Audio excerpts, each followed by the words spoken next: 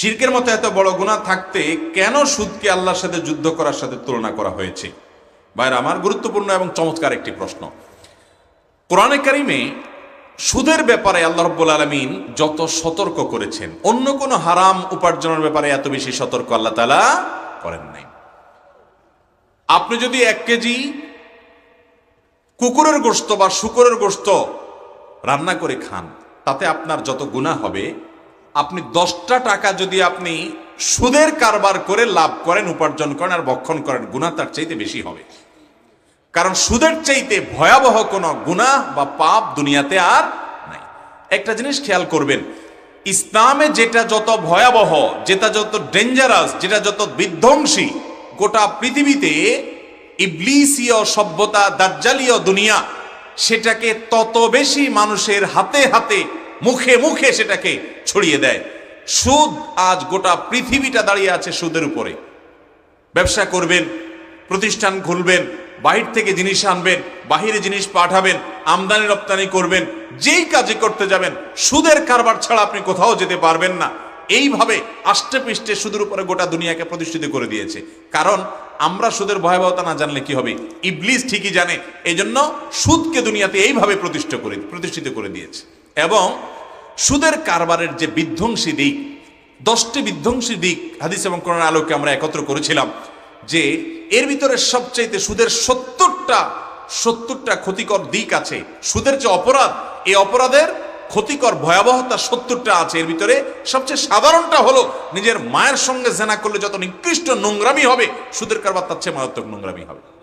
মুশকিল হলো, আমরা দেখতে খোলা চোখে দেখি কই সুদের কারবার, একজন লোক হাওলাত নিছে, লোন নিছে, অতিরিক্ত কিছু টাকা চুক্তি করে বেশি নিছে, দুজন খুশি মনেই তো দিছে। এখানে এত খারাপের কি আছে যে নিজের মায়ের সাথে জেনার চাইতে মারাত্মক, আল্লাহর সঙ্গে যুদ্ধের ঘোষণা দেওয়ার শামিল?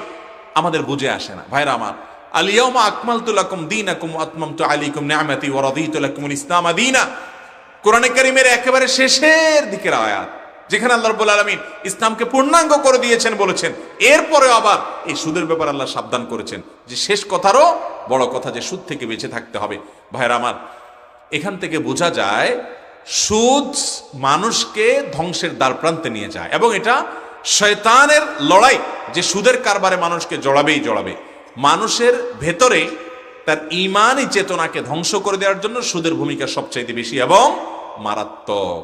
আমাদের কাছে বুঝে আসে না এই বিষয়গুলো। শিরকের অপরাধটা অনেকটা এরকম, যে অনেক সময় বুঝে আসে না যে শিরকের অপরাধ এরকম, যে আল্লাহ বলেছেন ইন্নাল্লাহা লা ইয়াগফিরু আন ইউশরাকা বিহি, আল্লাহর সঙ্গে শিরক করলে আল্লাহ সেটা মাফ করবেন না। আর ইন্নাশ শিরকা লাযুলমুন আযীম, শিরক মহা অপরাধ, সবচেয়ে বড় পাপ দুনিয়াতে শিরক। অনেক ক্ষেত্রে কুফর এবং শিরক দুইটা যদিও একই ক্যাটাগরির অপরাধ, মানুষকে ইসলাম থেকে খারিজ করে দেয়, কিন্তু কুফরের চাইতে কোন আয়াতের নির্দেশনা আলোকে শিরকের ভয়াবহতা বেশি বোঝা যায়। কারণ একটা মানুষ আল্লাহকে অবিশ্বাস করলে সে জিরোতে চলে যায়, ঈমান থেকে বের হয়ে গেল। কিন্তু শিরক করা মানে হলো আল্লাহর স্থলে সে শয়তানকে বা অন্য কাউকে বসালো, এটা হলো রীতিমতো আল্লাহর সঙ্গে বিদ্রোহ করার শামিল। এই জন্য শিরকে এত ভয়াবহ অপরাধ বলা হয়েছে। ঠিক একইভাবে সুদের কারবার, এটা একজন ঈমানি চেতনাকে শেষ করে দেয়। এটা আল্লাহ রাব্বুল আলামিনের বান্দাদের জন্য আল্লাহর তরফ থেকে সবচেয়ে বড় নির্দেশনা এবং চ্যালেঞ্জিং কাজ বান্দাদের জন্য, যে তারা সুদ থেকে বেঁচে থাকবে। সব কর্মের ক্ষতি এবং ভয়াবহতা মানুষ দুনিয়াতে বুঝে যাবে না, কিছু জিনিস আখিরাতে মানুষ হাড়ে হাড়ে টের পাবে। কিন্তু এটা যে অনেক বড় জঘন্য অপরাধ এবং অনেক বড় বড় কাবিরা গুনার চাইতেও মারাত্মক, সেটা বলাই বাহুল্য। অথচ সুদের সাথে আজ আমাদের সমাজে অনেক মানুষ জড়িয়ে যাচ্ছে, মনে করছে এটাতে কোনো পাপ না। একটা মানুষ জেনাতে করে ধরা পড়লে তাকে আমরা অপরাধী মনে করি, ঠিক আছে, কিন্তু সুদের কারবারিকে আমরা অপরাধীকে অত দূরের কথা, দেখা যায় যে আমাদের সমাজের সাধারণ একেবারে স্বাভাবিক কর্মকাণ্ডের মতো আমরা মনে করি। আল্লাহ তাআলা আমাদেরকে বুঝার তৌফিক দান করুন, সুদের কারবার থেকে আমাদের বেরিয়ে আসার তৌফিক দান করুন।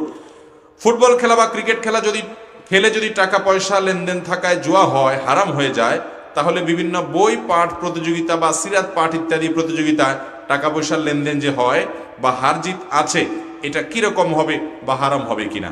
ভাইরা আমার, প্রথম কথা হলো, কোনো খেলাধুলায় এক পক্ষ অপর পক্ষের সাথে যদি চুক্তিবদ্ধ হয় যে খেলো, যে এক পক্ষ জিতবে আর এক পক্ষ হারবে, এক পক্ষ টাকা দিবে আর এক পক্ষ টাকা লস করবে, আর এই জাতীয় প্রতিযোগিতায় এক পক্ষ পুরস্কার দিছে, এখানে কারোর হারার কিচ্ছু নাই। এমন হয় না যে এক পক্ষ টাকা দিছে আরেক পক্ষের টাকা মার গেছে, এরকম কোনো কিছু হয় নাই, বিধায় সেটা জুয়ার অন্তর্ভুক্ত না, ওইটা হলো পুরস্কার, ওইটা জায়েজ আছে।